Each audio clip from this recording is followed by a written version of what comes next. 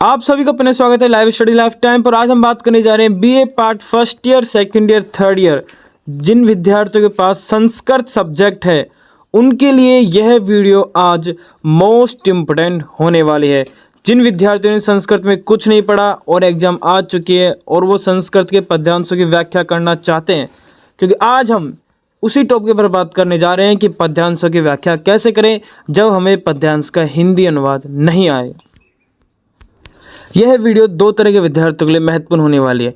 एक वह विद्यार्थी जिन्हें संस्कृत में पद्यांशों की व्याख्या कैसे करते हैं वो नहीं पता है, उनके लिए महत्वपूर्ण है। और एक वह विद्यार्थी जिन्हें हिंदी अनुवाद नहीं आए तो पद्यांश की व्याख्या कैसे करें। यानी अगर सिंपल लैंग्वेज में बोलूँ तो देखिए 8 से 10 नंबर का आपका पद्यांश आता है, ठीक है। आप अगर उसे खाली छोड़ के आ गए, कुछ भी लिख के नहीं आए तो हमें नंबर नहीं मिलेंगे। लेकिन एक ऐसा फॉर्मेट जो मैंने आपके लिए बनाया है, अगर इस फॉर्मेट को आप कॉपी एंड पेस्ट करके आते हैं तो आपको आधे अंक अवश्य प्राप्त हो जाएंगे। ये फॉर्मेट आपका तब काम आएगा जब आपको पद्यांश का हिंदी अनुवाद बिल्कुल भी नहीं आएगा, तब यह पद्यांश आपके लिए रामबाण साबित होगा।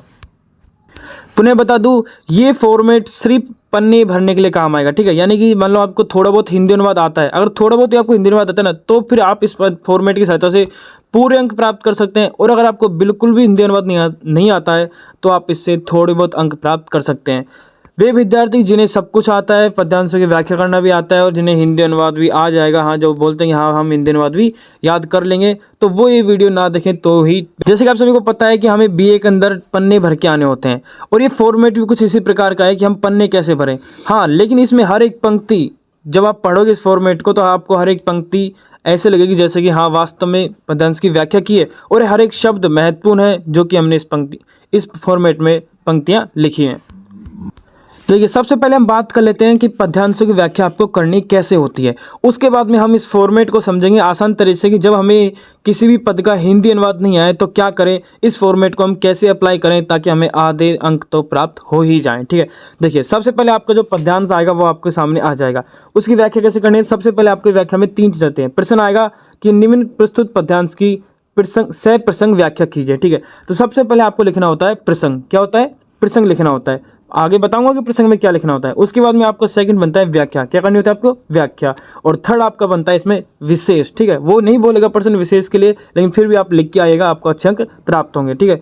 3 चीज़ें इसमें क्या, सबसे पहले हम लिखते हैं प्रसंग। देखिए, इसमें संदर्भ, हिंदी के विद्यार्थी बोलते हैं कि सर संदर्भ और प्रसंग क्या अलग अलग होते हैं। हाँ, वो अलग होते हैं, लेकिन ज़्यादातर विद्यार्थी प्रसंग और संदर्भ को एक साथ लिख देते हैं। आप भी लिख के आ सकते हैं और चाहें तो अलग अलग भी लिख के आ सकते हैं। यहाँ पर मैंने दोनों कॉम्बो किया है, आप चाहें तो अलग भी लिख के आ सकते हैं, संदर्भ और प्रसंग, ठीक है। अब देखिए, बात करते हैं सबसे पहले कि प्रसंग में क्या क्या आता है। देखिए, प्रसंग में आपको 2 चीज़ें लिखनी होती है। एक तो यह है कि यह जो पद्यांश है वो कहाँ से लिया गया है और किस कवि के द्वारा लिखा गया है। क्या चीज़? 2 चीज़ें लिखनी होती हैं प्रसंग के अंदर। सबसे पहले तो कि ये पद्यांश जो है ये कहाँ से लिया गया है, यानी किस पद्यांश, कहाँ से, ये किस कविता से, किस श्लोक से, किस आपके जो लेसन है उससे, या फिर किस कवि के द्वारा ये लिखा गया है प्रसंग की, ठीक है। तो प्रसंग में सबसे पहले आपको लिखना है कि प्रस्तुत पद महाकवि खालिस्तान के द्वारा लिखा गया है। अब यहाँ पर अगर आपको नाम पता है कवि का तो यहाँ पर कवि का नाम लिख सकते हैं, नहीं तो अन्यथा सिर्फ आपको लिखना है कि प्रस्तुत पद महाकवि के द्वारा लिखा गया है, ठीक है। सिंपल तरीके से आपको लिख देना है। अगर कवि का नाम पता है तो अच्छा है, बहुत अच्छा है, और नहीं पता तो आप डायरेक्ट ऐसे लिख देना है। फिर आगे लिखना है आपको प्रस्तुत पद महाकाव्य के प्रथम सर्ग से उद्धृत है। अगर आपको सर्ग का नाम पता है, जैसे आप यहाँ पर लिखते हैं कि प्रस्तुत पद विचरित रघुवंशम महाकाव्य के प्रथम सर्ग से उद्धृत है, अगर आपको ये सब पता है तो आप लिख सकते हैं, अन्यथा आपको डायरेक्ट ऐसे लिख देना है सीधे ही कि प्रस्तुत पद महाकाव्य के प्रथम सर्ग से उद्धृत है। अब मैं मानता हूँ कि हाँ ये गलत है, लेकिन हमें लिखना है। गलत से मतलब नहीं, हमें लिखना है। जब बिल्कुल हिंदी अनुवाद नहीं आ रहा, हमें जब कुछ पता ही नहीं है तो हमें कुछ तो करना है ना, आधे अंक तो प्राप्त करने हैं ना। गलत सलत कैसे तो लिखना है ना, लिखेंगे तो नंबर अवश्य मिलेंगे, ठीक है। डोंट वरी, लिख के आओगे तो नंबर मिलेंगे, पक्का मिलेंगे, इस बात की चिंता मत कीजिए। आगे देखिए, आगे लिखना है आपको महाकवि प्रस्तुत पंक्तियों द्वारा। इसमें थोड़ा सा और ऐड कर दिया है मैंने अलग से, क्योंकि आपको संदर्भ प्रसंग के अंदर ये भी बताना होता है कि भाई इस पद्यांश के अंदर जो पद्यांश है इसका सार क्या है, यानी इसके अंदर किसके बारे में बताया गया। तो आप आगे लिख सकते हैं कि महाकवि प्रस्तुत पंक्तियों द्वारा खालिस्तान संपूर्ण पद के भाव को हमारे सामने उजागर करते हैं। अगर आपको यहाँ पर कुछ नहीं पता तो आप यहाँ पर कोई सी भी एक पंक्ति लिख दिएगा। क्या करने का? पद्यांश की एक पंक्ति यहाँ पर आपको लिख देनी है। क्या करनी है? यहाँ पर पद्यांश की एक पंक्ति लिख देनी है, यहाँ पर आपको कवि का नाम लिख देना है, बाकी सब डिटेल ऐसे रहेगा। अब बात कर लेते हैं कि जो सही तरीके से कैसे करना है आपको इसको प्रसंग। देखिए, सबसे पहले ऐसे ही रहेगा कि प्रस्तुत पद महाकवि के द्वारा लिखा गया है तथा प्रस्तुत पद उस काव्य के उस चरण से या फिर वहाँ से लिया गया है। अगर आपको पता है तो आप लिख सकते हैं, जैसे मैंने यहाँ पर लिखा है प्रथम सर्ग के द्वारा उद्धृत है, आप भी प्रथम सर्ग लिख दीजिएगा, महाकाव्य के प्रथम सर्ग से उद्धृत है। उसके बाद में आपको लिखना है कि महाकवि प्रस्तुत पंक्तियों द्वारा, अगर आपको पता है कि पद्यांश में किसके बारे में बताया गया है तो वो आपको लिख देना है कि महाकवि द्वारा पद्यांश में इसके बारे में बताया गया है या फिर समझाया गया है। अगर ये नहीं पता तो आप यही लाइन को डिट्टो छाप के आइएगा कि महाकवि प्रस्तुत पंक्तियों द्वारा, फिर आपको यहाँ पर कोई भी एक पंक्ति लिख देनी है, ठीक है, जो भी आपके पद्यांश के संपूर्ण पद के भाव को हमारे सामने उजागर करते हैं। तो ये आपका प्रसंग हो जाएगा, ठीक है। अब आ जाते हैं नेक्स्ट हमारी व्याख्या, यानी व्याख्या को कैसे लिखेंगे। देखिए व्याख्या को कैसे लिखना है। व्याख्या में सिंपल सी बात है, अगर आप देखिए सिंपल से जो बच्चे विद्यार्थी जो मतलब जानते हैं, जिन्हें सब कुछ पता है, तो वो तो हिंदी अनुवाद कर लेंगे। हिंदी अनुवाद कर लेंगे तो उनके लिए व्याख्या करना आसान है। बस वो तो व्याख्या में लिखना है कि भाई महाकवि के द्वारा इसमें क्या क्या बताया गया है, इसका अर्थ, इसका भावार्थ, वो है जो आपको व्याख्या में लिखना होता है। अब वे विद्यार्थी जो हिंदी अनुवाद नहीं कर पाएंगे, भाई हमें तो हिंदी अनुवाद नहीं आता लेकिन हम भी व्याख्या करेंगे, नंबर हमें भी चाहिए, 8 में से कम 4 नंबर, 3 नंबर, जितने भी मिल सके उतने तो लेंगे हम। लिख के आएंगे तो नंबर तो मिलेंगे, नहीं लिख के आओगे तो नंबर कहाँ से मिलेंगे, ठीक है। तो फिर देखिए कैसे करना है आपको लिखना है प्रस्तुत पद में महाकवि यह कहते हैं। इसको मैं एक काम करता हूँ, हाईलाइट करता हूँ। प्रस्तुत पद में महाकवि यह कहते हैं कि प्रस्तुत पंक्तियों में, अब यहाँ पर आपको क्या करना है, कोई भी 2 पंक्ति लिख देनी है, ठीक है, या फिर एक पंक्ति लिख देनी है। उसके बाद लिखने के बाद तथा प्रस्तुत पद की पंक्तियों द्वारा महाकवि अपने हृदय की भावनाओं को हमारे सामने अति सुंदर शब्दों में उजागर करने का प्रयास करते हैं। अब देखिए ये लाइन इसके अंदर कोई जरूर नहीं थी लेकिन हमने लिखी, क्यों लिखी, क्योंकि हमें पन्ने भरने थे, हमें व्याख्या का, इसका पद्यांश का हिंदी अनुवाद नहीं आता लेकिन कुछ तो लिखना था। तो हमने क्या लिखा, बड़े तरीके से लिख दिया कि भाई प्रस्तुत पद की पंक्तियों द्वारा महाकवि अपने हृदय की भावनाओं को हमारे सामने अति सुंदर शब्दों में उजागर करने का प्रयास किया। अब हमने जो लिखा है क्या वो गलत है? नहीं, वो भी सही तरीके से लिख सकते हैं, लेकिन ये किस तरह से लिखा है, अपने पन्ने भरने के लिए, एक्स्ट्रा लाइन बनाने के लिए हमने ये चीज़ लिखी है। तो ये गलत भी नहीं है और ये सही भी नहीं है, ये क्या है, बीच का रास्ता। वो बोलते हैं ना कि जब ना गलत ना सही तो बीच का रास्ता क्या है, तो बीच का रास्ता यही है। इसी तरह से आपको पन्ने भरने और इसी तरह से आपको नंबर मिल सकते हैं। बिना कुछ लिखे, बोलते हैं ना कि बिना कुछ नहीं लिख के आओगे उससे अच्छा था कुछ लिख के आओगे। अब आगे देखिए, इतना हो गया ना, आराम से इसमें आपके आराम से 2-3 लाइन भर जाएंगी, ठीक है, ज़्यादा भी नहीं भरना है अपन को, आराम से एक पन्ने में अपनी व्याख्या हो जाए टोटल, वो बहुत अच्छा है। आगे देखिए प्रस्तुत शब्द। अब यहाँ पर क्या करना है, आपको कोई भी शब्द ले लेना है। क्या करना है, कोई भी एक शब्द यहाँ पर आपको ले लेना है। उसके बाद में आपके लिखना है का मर्म सरलता से समझाया है। ये लो, ये एक पंक्ति और बढ़ गई हमारी, सिंपल सा है। इसमें हमने कुछ गलत लिखा नहीं, बिल्कुल कुछ गलत नहीं लिखा, जो लिखा है वो सही है, पर वो पद्यांश से रिलेटेड नहीं है। ये हम मान रहे हैं कि पद्यांश से रिलेटेड ये नहीं है, ठीक है। तो ना हम इसे बिल्कुल तरह से गलत नहीं कह सकते भाई ये बिल्कुल गलत है, जाने क्या लिख दिया, नहीं, लिख तो हम उसी के बाद महाकवि। सिंपल सी भाषा में बताऊं तो मैंने हिंदी साहित्य के विद्यार्थियों के लिए भी ऐसा ही फॉर्मेट बनाया था। उसमें क्या किया था मैंने, उसमें महाकवि की प्रशंसा कर दी थी, यानी कि कवि की प्रशंसा कर दी थी पद्यांश की व्याख्या में। तो वो भी एक तरह से बिल्कुल सही है, ना कि गलत है, ठीक है। ना तो उसे बिल्कुल गलत कह सकते हैं, ना बिल्कुल सही कह सकते हैं। तो चलिए आगे देखते हैं। आगे हमारा तथा निम्न पंक्तियों द्वारा कवि, अब यहाँ पर जिस विषय वस्तु के पद में जो आपका पद है उसमें अंदर जो विषय वस्तु है, फिर जिसके बारे में कह रहा है कवि, अगर वो आपको पता है तो अच्छी बात है। नहीं तो अगर आपको लगे थोड़ा बहुत कि हाँ यार इस विषय वस्तु के बारे में या फिर इस व्यक्ति के बारे में या फिर इस संबंध में कभी हमें कुछ चीज़ समझाने की कोशिश कर रहा है, तो वो आपको यहाँ पर लिख देनी है। क्या करनी है, वो आपको शब्द यहाँ पर लिखना है, ठीक है। जिस विषय वस्तु पर पद है, ठीक है, ये पद है, ठीक है। तो उसमें क्या लिखना है आपको, यहाँ पर कोई भी एक शब्द या फिर जो आपको पता लग जाए कि हाँ इस यानी वृक्ष के ऊपर बोल रहा है या फिर भगवानों के ऊपर बोल रहा है या फिर किसी प्राकृतिक दृश्य के बारे में बोल रहा है, तो वो आपको यहाँ पर लिख देना है। और आगे लिख देना आपके के प्रति अपना भाव व इसने प्रस्तुत या उजागर करते हैं, के प्रति अपना भाव या उजागर प्रस्तुत करते हैं।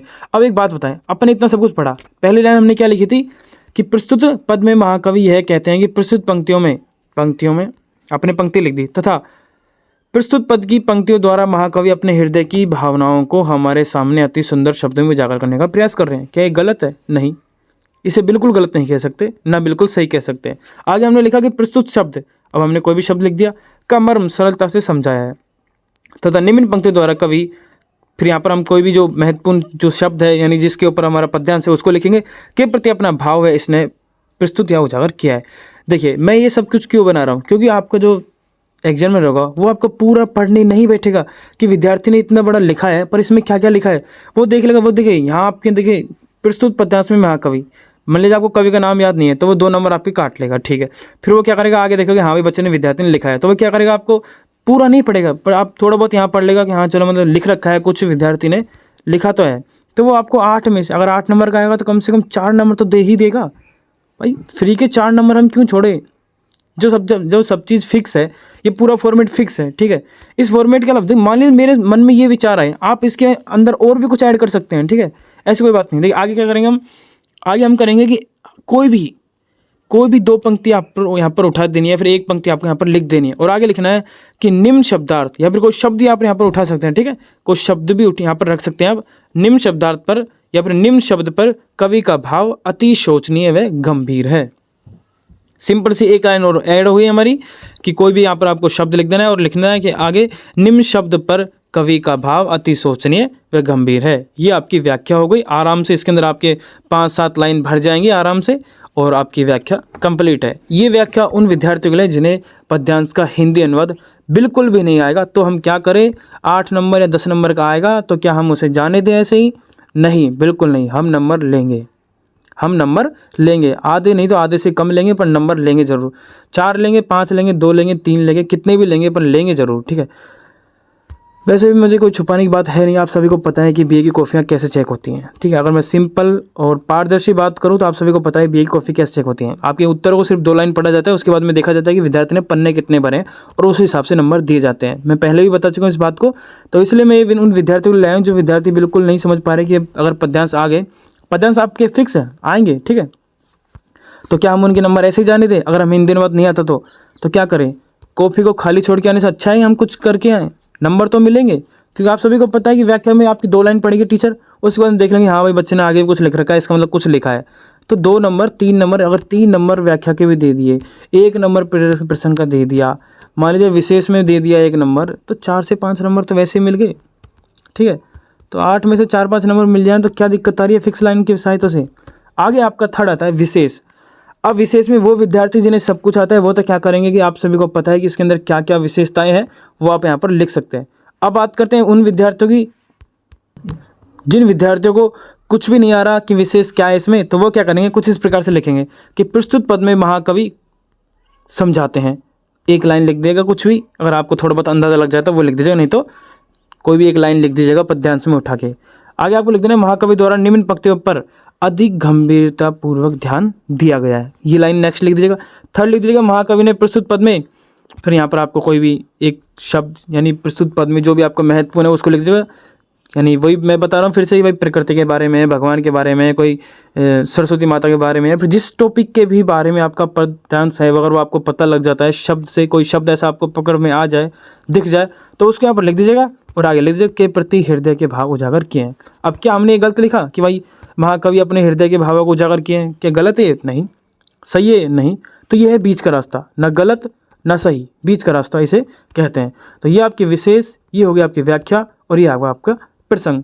बात करते हैं, पुनः बता दूं, कुछ विद्यार्थी कहेंगे कि ये कोई तरीका है क्या, ये तो बिल्कुल गलत है, ऐसे कोई नंबर मिलते हैं क्या? तो देखिए, जिन विद्यार्थियों को सब कुछ आता है उनके लिए तो ये गलत रहेगा, और जिन्हें कुछ भी नहीं आ रहा कि भाई हिंदी अनुवाद हमें बिल्कुल भी नहीं आ रहा, तो उनके लिए तो रामबाण है। उनके लिए तो 5 नंबर, 2 नंबर, 3 नंबर, 4 नंबर, 8 का आएगा तो 4-3 नंबर तो कम पक्के आपके हैं, ठीक है, चिंता मत कीजिएगा, आप करके आइएगा। और जिन विद्यार्थियों के पास हिंदी साहित्य है उनके लिए अच्छा फॉर्मेट है, वो इससे भी अच्छा फॉर्मेट है। उसमें क्या है, और भी हम चीज़ ऐड कर देते हैं। हिंदी साहित्य में तो क्या है, महाकवि की हम प्रशंसा कर देते हैं, तो उसमें से आराम से आपके 2 पन्ने तक की व्याख्या हो जाती है। इसमें आपका 1-1.5 पन्ना भर जाएगा व्याख्या में, तो आसानी से आपको नंबर मिल जाएंगे, ठीक है, चिंता मत कीजिएगा।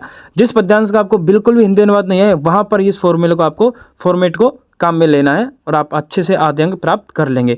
वीडियो अच्छा लगे तो प्लीज़ 1 लाइक जरूर करें, चैनल को सब्सक्राइब कर लें, और बीए से रिलेटेड मॉडल पेपर आपको हमारे चैनल पर देखने को मिल जाएंगे, ठीक है।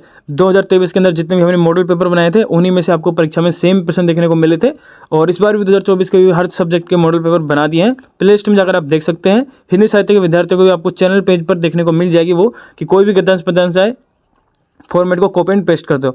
ये संस्कृत का बना दिया है, कुछ विद्यार्थी कमेंट थी सर संस्कृत के ऊपर भी बनाए, तो ये आपका संस्कृत का पद्यांश का फॉर्मेट हो गया। बात करते हैं इसकी पीडीएफ, तो पीडीएफ आपको हमारे टेलीग्राम चैनल पर मिल जाएगी, वहाँ से आप इसकी पीडीएफ प्रोवाइड आपको हो जाएगी। तो वीडियो को लाइक जरूर कीजिएगा और चैनल को सब्सक्राइब कर लीजिए इसी तरह की और वीडियोज़ के लिए। मिलते हैं नेक्स्ट वीडियो में।